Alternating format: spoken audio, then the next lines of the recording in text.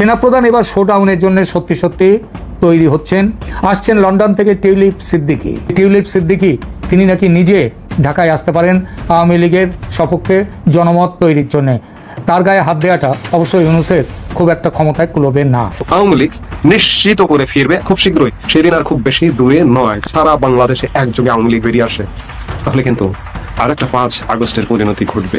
আওয়ামী লীগ যদি আসলে সর্বশক্তি নিয়ে বেরিয়ে আসে, তাহলে আজকে ঠিক রিভার্স ঘটবে। 5 আগস্ট আওয়ামী লীগকে যেভাবে বিতাড়ন করা হয়েছে, ঠিক অন্যান্য যারা আজকে হম্বিতম্বি করছে তাদের কিন্তু বিদায় ঘটবে। কেউ আইনের ঊর্ধ্বে নয়। ডক্টর মোহাম্মদ ইউনূসের বিষয়ে অভিযোগ যাচ্ছে আন্তর্জাতিক অপরাধ আদালতে। সম্মানিত দর্শক মণ্ডলী, যতই দিন গড়াচ্ছে রাজনৈতিক অঙ্গন ততই উত্তপ্ত হয়ে উঠছে। ফলে রাজনৈতিক অঙ্গনে অরাজকতা ও বিশৃঙ্খল পরিবেশ সৃষ্টি হচ্ছে। তাই রাজনৈতিক অঙ্গনের বিভিন্ন প্রকার আপডেট নিউজ নিয়েই আজকের এই ভিডিওতে থাকছে বিস্তারিত প্রতিবেদন। তাই আজকের এই ভিডিওটি সব মিলিয়ে অত্যন্ত গুরুত্বপূর্ণ হতে যাচ্ছে। 1 সেকেন্ড না টেনে ধৈর্য সহকারে পুরো ভিডিওটি দেখার জন্য আহ্বান করছি। আর একটি ছোট্ট রিকোয়েস্ট করছি, তা হলো যদি আপনি আমাদের এই চ্যানেল নতুন দর্শক হয়ে থাকেন, অবশ্যই আমাদের এই চ্যানেলটি সাবস্ক্রাইব করে একটি লাইক দিয়ে পাশে থাকা বেল বাটনটি অন করে দিবেন। তাই আর কথা নয়, চলুন সরাসরি আমরা ভিডিওতে চলে যাই। খবর পেলাম যে সেনাবাহিনীর অফিসারদের ছুটি বাতিল করে কাজে যোগ দেওয়ার নির্দেশ জারি করেছেন সেনা বিভাগ। হঠাৎ কি এমন হলো যে সেনা অফিসারদের ছুটি বাতিল করে কাজে যোগ দেওয়ার নির্দেশ? কারণ সেনাপ্রধানের কাছে খবর এসেছে জুলাই বিপ্লবের ঘোষণাপত্র তথা দেশের নতুন সংবিধান চালু হয়ে যাবে জুলাই মাস আসার আগেই। আর সেটা জুলাই মাস মানে সংবিধান যদি একবার জমা পড়ে যায়, তার মানে চালু হয়ে যাওয়া, গৃহীত হওয়া। ওই মধ্যে উপদেষ্টা পরিষদই সেটা গ্রহণ করে নেবেন। আর গৃহীত হওয়া মানে সেনাপ্রধানের নতুন মাথা হবেন, রাষ্ট্রপতি হবেন মোহাম্মদ ইউনূস। চাকরি থাকবে না ওয়াকারুজ্জামানের। এই ব্যাপারটাও ঠিক হয়েছে লন্ডনের বৈঠকে। সেনাপ্রধান এবার শোডাউনের জন্য সত্যি সত্যি তৈরি হচ্ছেন মনে হচ্ছে। হাসিনা পুত্র সজীব ওয়াজেদ জয় তিনি দিল্লি এসেছেন মায়ের সঙ্গে দেখা করতে। আসছেন লন্ডন থেকে টিউলিপ সিদ্দিকী। আর সাইমা ওয়াজেদ পুতুল তো দিল্লিতেই থাকেন। রেহানা তিনিও থাকেন দিল্লিতে। তো এই যে তারা যে এখানে রয়েছেন, শেখ রেহানা তিনিও দিল্লিতে আছেন।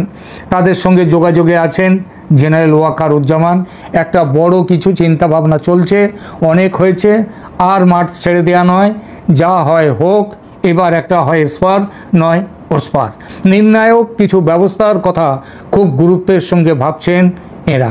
আওয়ামী লীগের প্রতিবাদ আন্দোলনের নেতৃত্ব দিতে এমন কথাও হচ্ছে যে টিউলিপ সিদ্দিকী তিনি নাকি নিজে ঢাকায় আসতে পারেন আওয়ামী লীগের সপক্ষে জনমত তৈরির জন্যে।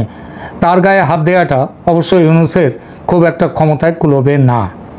সুতরাং এছাড়া আরও অনেক কিছু আসছে। এবং এবার অন্তত এই পরিস্থিতিতে ওয়াকারুজ্জামান যদি নেমে পড়েন ব্যবস্থা নিতে, অজিত ডোভালের পক্ষ থেকে বলা হয়েছে যে কোনো সাহায্য প্রয়োজন হলে ভারত সাহায্য করতে প্রস্তুত। কিয়ার স্টারমারের সাবেক চেম্বার ডাউটি স্ট্রিট চেম্বার্স বাংলাদেশের অন্তর্বর্তীকালীন সরকারের প্রধান উপদেষ্টার বিরুদ্ধে আন্তর্জাতিক অপরাধ আদালতের অভিযোগ আনার জন্য তথ্যাদি সাজাচ্ছে, যেখানে তারা রোম স্ট্যাচুটের আর্টিকেল 15 অনুযায়ী এই অভিযোগ আনতে যাচ্ছেন। ডক্টর মোহাম্মদ ইউনূসের সরকার 8ই আগস্টের পর থেকে হত্যা, নির্যাতন, আনলফুল ডিটেনশন, যাকে তাকে আটক করে রাখা, মব ভায়োলেন্স, ব্যাপক পরিমাণ মব হামলা, বিশেষভাবে সাংবাদিকদেরকে আটকে রাখা এবং রিলিজিয়াস মাইনরিটি ধর্মীয় সংখ্যালঘুদের উপর নির্যাতন করে তাদের উপর হামলা চালিয়ে মানবতার বিরুদ্ধে অপরাধ করে যাচ্ছে। ডাউটি স্ট্রিটের আইনজীবী স্টিভেন পাওয়েল কেসি বলছেন যে এখন পর্যন্ত এসব অপরাধের সঙ্গে যারা জড়িত ইউনূস প্রশাসনের, তাদের বিরুদ্ধে কোনো ব্যবস্থা নেওয়া হয়নি। কাজেই আন্তর্জাতিক অপরাধ আদালতের দায়িত্ব এদের বিরুদ্ধে ব্যবস্থা গ্রহণ করা। স্টিভেন পাওয়েল কেসির যুক্তি হচ্ছে যে এই যে পরিমাণ ব্যাপকতায় 8ই আগস্টের পর থেকেও বাংলাদেশে মব ভায়োলেন্স, হত্যা, নির্যাতন, যাকে তাকে আটকে রাখার ঘটনা চলতে পারছে, তাতে বোঝা যাচ্ছে এর ব্যাপকতা আছে এবং এটি উদ্দেশ্যমূলকভাবে সিস্টেমেটিক ভাবে করা হচ্ছে। ব্রিটিশ এই শীর্ষস্থানীয় ল ফার্মের আইনজীবী আইনজীবী বলছেন যে এটাও পরিষ্কার বোঝা যাচ্ছে যে এই ঘটনাগুলোর পরিকল্পনা হচ্ছে সর্বোচ্চ পর্যায়ে এবং এগুলোকে কোনোভাবেই, এসব হত্যা, নির্যাতন কিংবা আটকে রাখার ঘটনাকে কোনোভাবেই মানবতার বিরুদ্ধে অপরাধের চাইতে, ক্রাইমস এগেইনস্ট হিউম্যানিটির চাইতে ছোট করে দেখবার কোনো উপায় নেই। এবং তারা বলছেন এগুলো রোম সনদের আইসিসি স্ট্যাচুটের আর্টিকেল 7 অনুযায়ী সিভিয়ার ডিপ্রিভেশন অফ লিবার্টি, মানে মানুষের স্বাধীনতার ব্যাপকভাবে লঙ্ঘন ঘটাচ্ছে। ডাউটি স্ট্রিট চেম্বার্স বলছে বাংলাদেশের ঘটনাগুলোর ভিগোরাস অ্যান্ড ইম্পার্শিয়াল ইনভেস্টিগেশন হওয়া দরকার, অর্থাৎ ব্যাপক এবং নিরপেক্ষ তদন্ত হওয়া দরকার। ডাউটি স্ট্রিট চেম্বার্স তাদের ওয়েবসাইটে একটি উদাহরণ দিয়েছে, সেখানে তারা শামীম মোল্লার ছোট ভাই শাহিন আলমের ভাষ্য তুলে ধরেছে, যেখানে শাহিন আলম বলছেন ডক্টর ইউনুস ক্ষমতায় আসবার পর তার ভাই এক হামলায় নৃশংসভাবে খুন হয়েছেন এবং বাংলাদেশ সম্পূর্ণত একটা ললেসনেসে, একটা আইন ছাড়া রাজত্বে, আইন শৃঙ্খলাবিহীন অবস্থার মধ্যে পতিত হয়েছে এবং বাংলাদেশে সকলের জ্ঞাত সন্ত্রাসীরা জেল থেকে ছাড়া পাচ্ছে। বাংলাদেশে মৌলবাদী গোষ্ঠীর সদস্যরা বিভিন্ন জায়গায় ক্ষমতার কেন্দ্রে বসার সুযোগ পাচ্ছে।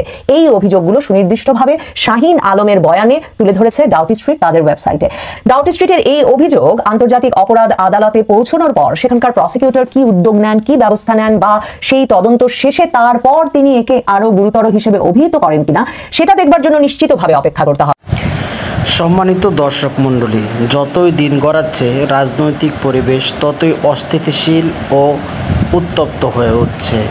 এক শ্রেণীর লোকেরা নির্বাচনের কথা বলতে বলতে মুখে ফেনা তুলে ফেলছে, আর এক দলের লোকেরা যারা বাংলাদেশের মানুষের ধাওয়া খেয়ে দেশ ত্যাগ করতে বাধ্য হয়েছে, তারা পুনর্গঠিত হয়ে, পুনর্বাসিত হয়ে তারা পুনরায় নির্বাচনে অংশগ্রহণ করে ক্ষমতার আসন গ্রহণ করার স্বপ্ন দেখছে।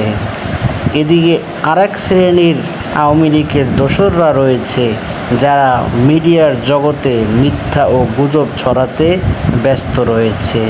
তারা গুজব ছড়াচ্ছে অন্তর্বর্তীকালীন সরকারের প্রধান উপদেষ্টা নাকি শেখ হাসিনা এবং আওয়ামী লীগকে সাধারণ ক্ষমা ঘোষণা করেছেন এবং তারা এটাও বলে বেড়াচ্ছে যে অন্তর্বর্তীকালীন সরকারের প্রধান উপদেষ্টা ডক্টর মোহাম্মদ ইউনূসের নামে নাকি আন্তর্জাতিক আদালতে নাকি মামলা হয়েছে, তিনি নাকি এবার ক্ষমতা ছেড়ে পালাতে বাধ্য হবেন, ইত্যাদি ইত্যাদি বিভিন্ন প্রকার অসংলগ্ন এবং মিথ্যা গুজব ছড়িয়ে তারা মূলত অন্তর্বর্তীকালীন সরকারকে মানুষের কাছে কলুষিত করতে চাচ্ছে।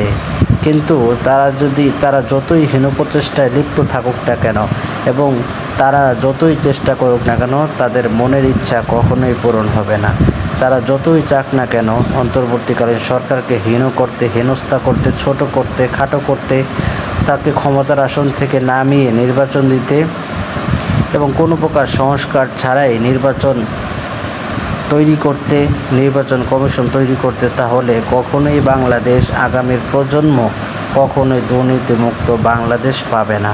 তারা সেই দুর্নীতিগ্রস্ত দেশকেই পাবে। কেননা সমাজের এবং প্রত্যেকটা সংস্থার প্রতিটি উচ্চপদস্থ কর্মকর্তারা যারা রয়েছেন সকলেই আওয়ামী লীগের সদস্য এবং আওয়ামী লীগের দোসর বলেই আমরা জানি, যাদের রন্ধ্রে রন্ধ্রে বেইমানি, ধোঁকাবাজি, মিথ্যা, ঘুষ, সুদ যাদের রন্ধ্রে রন্ধ্রে মিশে রয়েছে। তাই আগামীর উজ্জ্বল ভবিষ্যৎ প্রজন্মের জন্য উপহার দেওয়ার জন্য সুন্দর সাবলীল একটি নির্বাচনের বিকল্প কিছুই হতে পারে না। সম্মানিত দর্শক মণ্ডলী, আজকের এই ভিডিও সম্পর্কে আপনার কি মতামত অবশ্যই আপনার সে মূল্যবান মতটি আমাদের কমেন্টস বক্সে জানাবেন। আর আজকের এই ভিডিওটা যদি আপনার ভালো লেগে থাকে অবশ্যই ভিডিওটি একটি লাইক দিয়ে শেয়ার করে দেবেন। আজ এই পর্যন্তই, সকলেই ভালো থাকবেন, সুস্থ থাকবেন, নিরাপদ থাকবেন এই আশা ব্যক্ত করে আজকের ভিডিও এখানেই শেষ করছি। আমিন।